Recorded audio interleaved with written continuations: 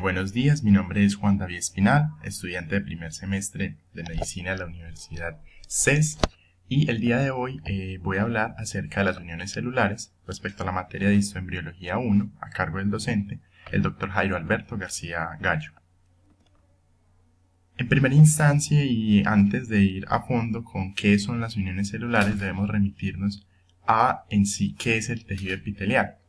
El tejido epitelial se refiere básicamente a aquel tipo de tejido que vamos a ver que recubre y que reviste los diferentes órganos internos que pues vamos a tener en este caso dentro de nuestro organismo, como también puede revestir lo que vamos a conocer como la piel.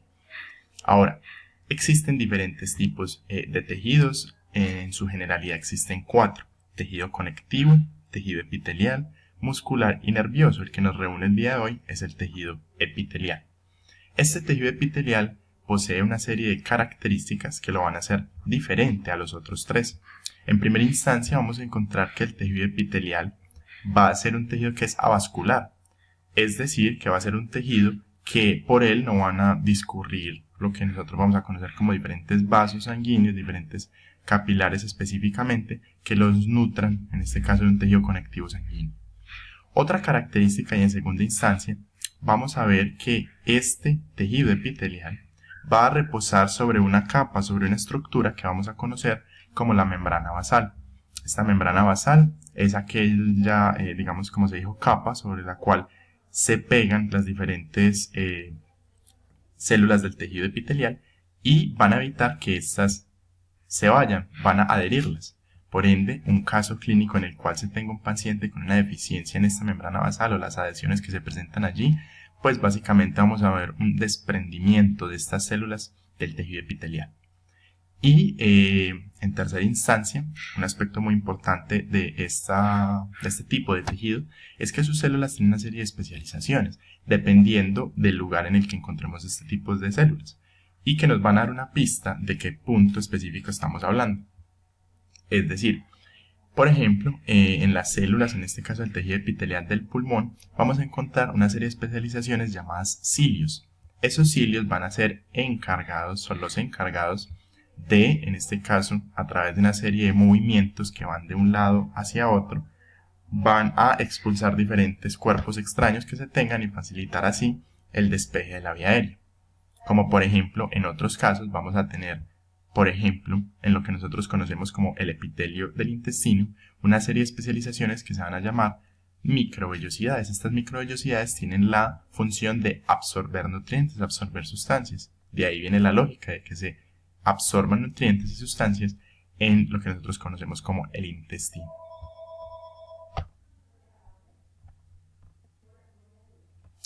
Seguido de esto, de estas características, debemos también hablar de otra serie de características aún más puntuales de este epitelio.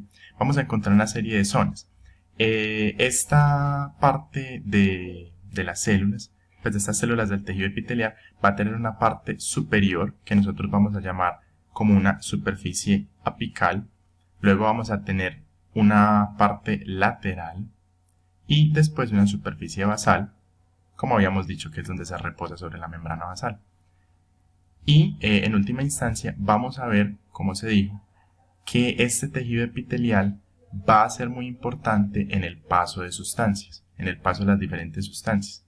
Estas sustancias que van a pasar por el tejido epitelial y que necesiten llegar posteriormente a un tejido conectivo, vamos a ver que puede pasar a través de diferentes formas, a partir de una ósmosis o transporte directo con la célula que se llama permeabilidad transcelular, o una permeabilidad paracelular, que es básicamente que las células están unidas, están muy unidas entre sí, que es una característica principal de este tejido epitelial. Ellas intentan abrirse de alguna manera para que pueda pasar una sustancia entre las diferentes células. Ahora, lo que va a permitir que se puedan o no separar estos tipos de células va a ser lo que nosotros vamos a conocer como las uniones celulares. Ahora, estas uniones celulares son las que mantienen unidas, en este caso, las diferentes células del tejido epitelial, y las vamos a clasificar según su extensión. Según su extensión vamos a encontrar en primera instancia lo que se conoce como una zónula.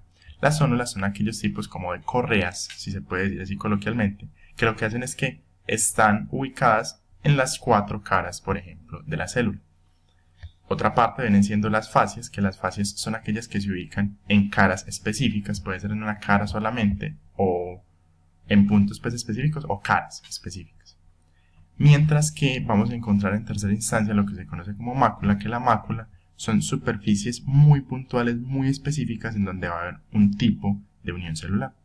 El orden básicamente va a ser que primero vamos a encontrar las zónulas, más abajo las fascias y más abajo las máculas.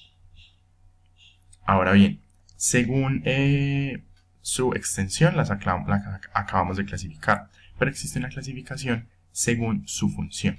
Según su función las vamos a ver como uniones ocluyentes, uniones adherentes, uniones tipo gap, hemidesmosomas y también contactos focales. La primera que vamos a tratar, digamos, en este aspecto, va a ser lo que se conoce como una unión ocluyente.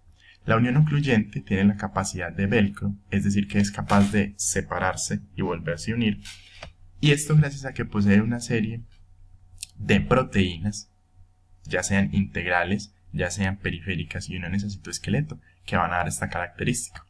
Las uniones ocluyentes van a tener entonces unas proteínas integrales que vamos a conocer como ocludinas y claudinas. Las claudinas vienen siendo de dos tipos, claudina 1 y claudina 2. La claudina 1 la vamos a encontrar más presente en la vejiga debido a que es como más firme, no deja tanto separarse, mientras que la claudina 2 la vamos a encontrar en el riñón, que es más fácil la absorción. Después de esto debemos entender que existen una serie de proteínas periféricas que las vamos a llamar como zónulas. Existen 3 tipos de zónulas que van a estar unidas a esas proteínas integrales, pero no están unidas a la membrana. Y va a haber una unión al citoesqueleto, que en este caso el tipo de citoesqueleto que vamos a encontrar en las uniones ocluyentes se va a denominar lo que nosotros conocemos como filamentos de actina.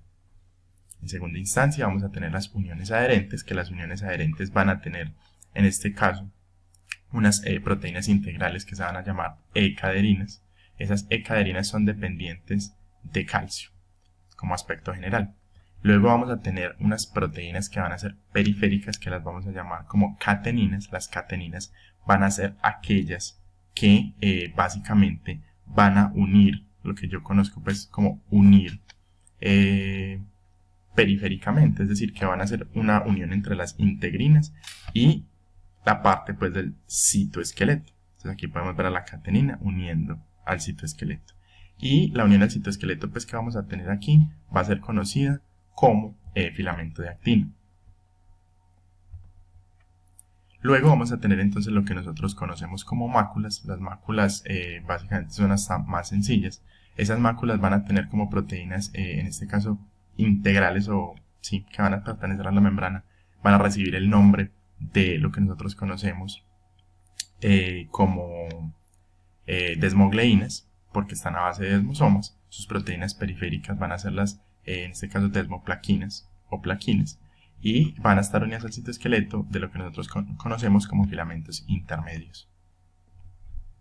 Luego tenemos las uniones comunicantes, que las uniones comunicantes van a ser muy características porque son un transporte como más directo, por eso es que se llama que las uniones comunicantes son de tipo gap, y pues básicamente están constituidas por una proteína integral que se llaman conexinas, y 6 conexinas unidas circularmente van a formar un conexón por medio del cual se puede dar un transporte más directo. Aquí podemos ver cómo sería pues ubicado en una parte pues de la célula. Luego vamos a tener lo que nosotros conocemos como el contacto focal y hemidesmosoma. En primera instancia, lo que establecería una diferencia clara entre el contacto focal, la adhesión focal y el hemidesmosoma va a ser que la adhesión focal va a estar en este caso en una serie de uniones, pero que va a ser con filamentos de actina, es decir, que en su parte el citoesqueleto va a tener filamentos de actina, y en su parte, en este caso de la unión respecto al citoesqueleto de la hemidesmosoma, vamos a tener filamentos intermedios. Características en común es que tanto la adhesión focal como el hemidesmosoma van a tener integrinas, que esas integrinas son las que las van a unir, en este caso, a la membrana.